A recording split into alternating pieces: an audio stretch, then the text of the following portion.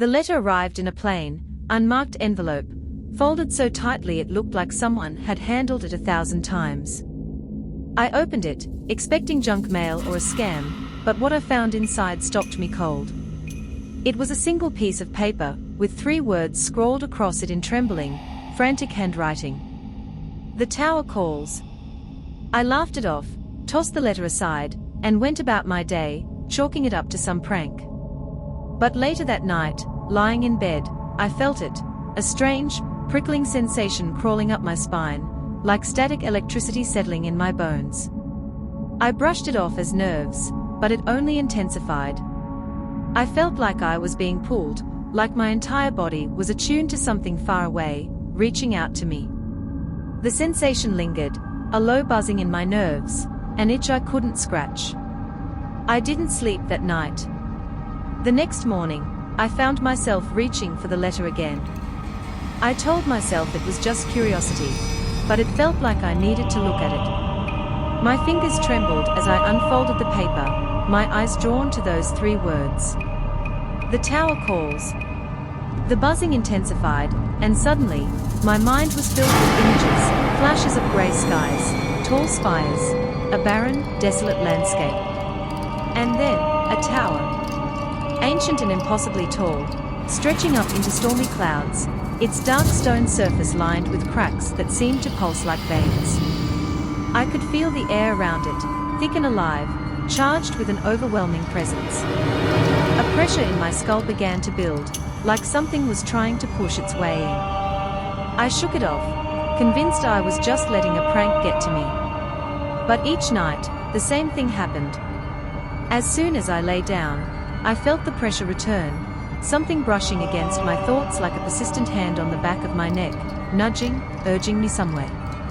And every night, I'd close my eyes and see it, the tower, looming out of the darkness, surrounded by a sky so dark it seemed to consume the light around it. Finally, after a week of sleepless nights and the sensation gnawing at my sanity, I couldn't take it anymore. I packed my things and drove, no destination, just following the pull.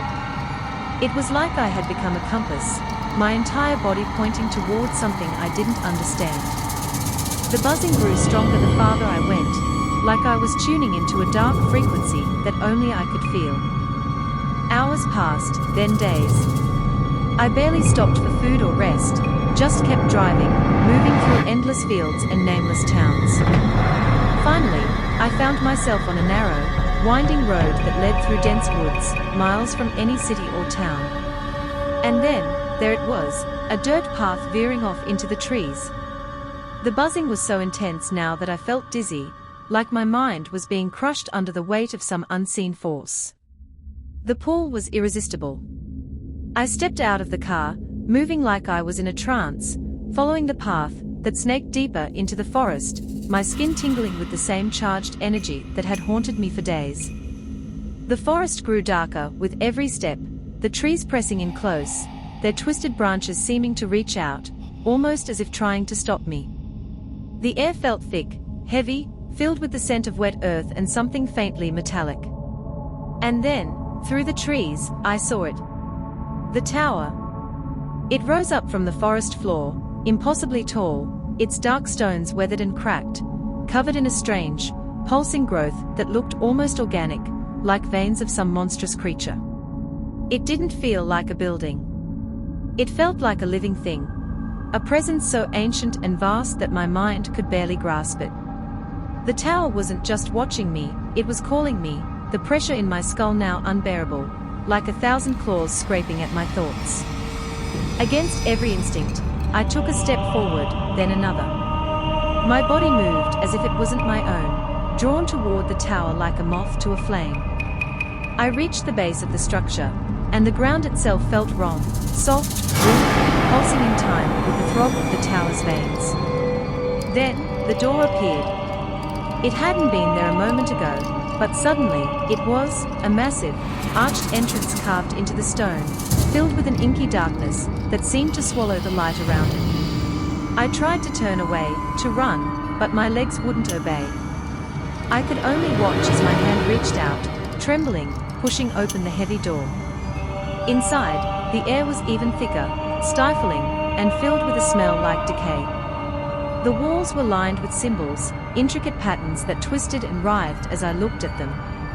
They weren't like any language I knew, but somehow, I understood them, their meanings twisting through my thoughts, filling my mind with dark promises. I don't know how long I walked, but time seemed irrelevant. The corridors spiraled endlessly, and I could feel the tower pressing in on me, watching my every step, reading my every thought. The buzzing had become a chorus of whispers, voices filling my head with impossible knowledge, things that no human was meant to know. Finally, I reached the heart of the tower. It was a vast chamber, the ceiling lost in shadow. In the center of the room was a stone altar, covered in the same pulsating veins that lined the tower's walls. And on that altar lay something I couldn't fully comprehend. It was a shape, a form, constantly shifting, twisting in impossible ways, as if it existed in a dimension I couldn't perceive. The pressure in my skull grew unbearable, my mind unraveling under the weight of it. I realized then what the letter had meant. The tower calls. It wasn't a message, it was an invitation. This thing on the altar, this ancient, shapeless presence, it wanted something from me. It didn't just want my body. It wanted my soul, my mind, everything that made me who I was.